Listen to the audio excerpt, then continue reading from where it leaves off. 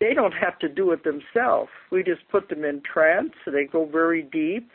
They go into the past life that is appropriate for their life now, and they can get some explanations for problems. But then we go further than that, and we do talk to the higher self, which gives them all the information about all the problems, all the questions that they have, and it can do instantaneous healing. And this is why I'm teaching it, because it is a really powerful method. And we're getting verification from doctors' records and everything. And every disease, every illness you could possibly think of, we're able to help with this method. But if you will say something there, then I'll go on to how it has evolved from there. Yeah. But that's my main focus, is helping people. So I know that along your journey with people, whenever you did the trance work with people, to take them into that state that you mentioned, the sambalistic state, is it? Yes. That it's almost like your clients found you. There seems to be some kind of link between these people. It's like no accident they found you, and they were very good subjects to go into a deep level of trance. Have you found that some people can't go into trance, and some are better than others? Everybody can be hypnotized. Everybody. There is no exception. Because I have clients coming to me, and like you said, I never have gone looking for any of them. I don't advertise. They've always found me, and I'm booked a whole year ahead because of the people. They just find me. But that's one of the things some of the clients will say when they come in. I can't be hypnotized. Many people have tried, and it doesn't work. I can't do it. And I said, I know I'm not going to have any problem at all, because everybody can be hypnotized. There's no exception. The reason is because you're hypnotized most of the day, and you don't even realize it. That's true, isn't it? It's very true. You think you walk around wide awake, but believe me, you don't.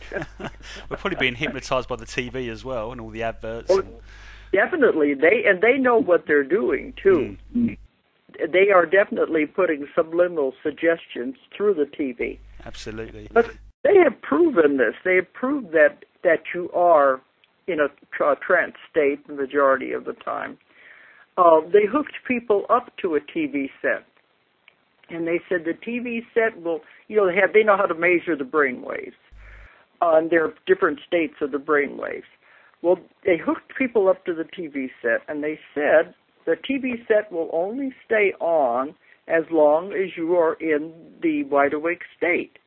You begin to drift over into the lighter trance states, which are called alpha. That's the lightest trance state you can go into. You begin to drift into that, the TV will go off. And everybody always said, oh, well, I know I'm wide awake when I'm watching television. But nobody could keep the TV set on more than 60 seconds. That's worrying, really. Yeah. Well, I mean, the thing, you think sorry, carry on. Go ahead. I was thinking the amount of people that drive cars and lose their focus that quickly. Oh, yes. That shows how quickly it can happen, because you're concentrating on something. And the people who make the commercials know this. They know that you are in a trance-like state when you're watching the TV. And so this is why they put the subliminal suggestions into the commercials. Buy this, buy that. And people aren't aware of what they're doing. But, everybody says whenever you're watching TV or if you're reading a book, you start laughing and crying with the program. And you get so involved in the book or the TV show, somebody can come in and start talking to you, and you don't even pay attention to them. That's right. That is the trance state. Yeah. I mean, one of the things I was quite intrigued with the subjects that came your way was that they seemed to link or carry on certain ideas, and they were geographically apart. So two completely different people.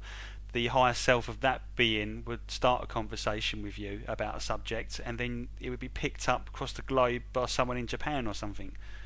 Yes, that happens, and that's what the amazing part of it is, because the person I'm working with has no idea what I've already discovered and what I'm looking for the next book. They don't know anything about any of that.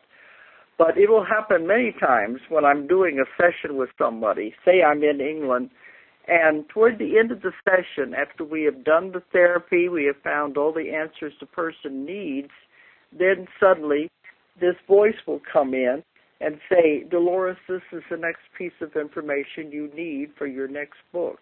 And it'll give me a concept or a theory I haven't even heard before. And then it will return to the normal session. And then maybe a week or so later, I'm back in the States, and I'm with another client who doesn't know anything about any of this. The same thing will occur, and they will expand on the original idea that they have given me. It's like putting a puzzle together. I get a piece here and a piece there, but that's why my books keep growing in complexity, because of all the new information and new ideas and new metaphysical theories that keep coming out. Well, the convoluted universe, I mean, the ideas and concepts in there are absolutely mind-blowing. And I've got to be honest with you, I bought book 3 first, and then I had to go back and read books 1 and 2 because I was completely hooked with the ideas in there. And they just felt, even though they were completely off the wall in terms of what mainstream physics tells us, they just felt familiar in some way. They felt kind of right, and that's how the universe is. If we open our minds to it. So there's some really good concepts in there. When you were talking to the higher selves of the different subjects that you put into trance, do you feel you were talking to two different higher selves, or perhaps you were sort of using them as like a conduit and actually reaching the same entity? This is what's amazing, because it is like one huge, and if you want to call it an entity, it's much more complex than that, much more bigger, but it is not an individual thing because they all tap into the same thing. I call it the subconscious, but that's not really what it is, because the subconscious, the way the psychiatrists defined it, that's a childish part of your mind. I didn't know what else to call it, but when it began to happen, they said, we don't care what you call us. You can call us anything you want. So you can refer to it as the higher self, the oversoul, the higher consciousness. But it's so big and so huge, but yet it cares about every single person, and it knows everything about every single person. And it is so full of love, it really wants to help. But this is the idea that's hard for people to grasp. It's not like channeling, because it happens through everybody I work with. Same voice, same expressions, same terminology, the same way of speaking. And it knows everything about the person. It knows what they need to help them. And because it can see the bigger picture, it knows all about your past lives. It knows why you have developed the physical problem you have.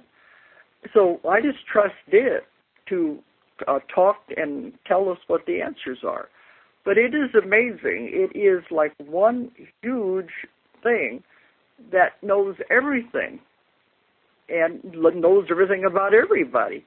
So why not go to something like that? Yeah. Instead of depending on the stupid conscious mind, anyway. So sort of going back to the book you wrote, Conversations with Nostradamus, a lot of the quatrains were kind of vague, and a lot of people interpret them in their own way. And through that book, he was able to get a clear insight into some of those prophecies. Do you feel that some of those prophecies are now happening? I mean, there seems to be a lot of things happening, especially 2010 this year. Things just seem to have exploded all over the planet. With the weather, we had the oil spill, didn't we? Which is pretty close to your neck of the woods, I understand. I don't know if you've been affected by all the fumes off that. What do you make of all the things that are happening right now?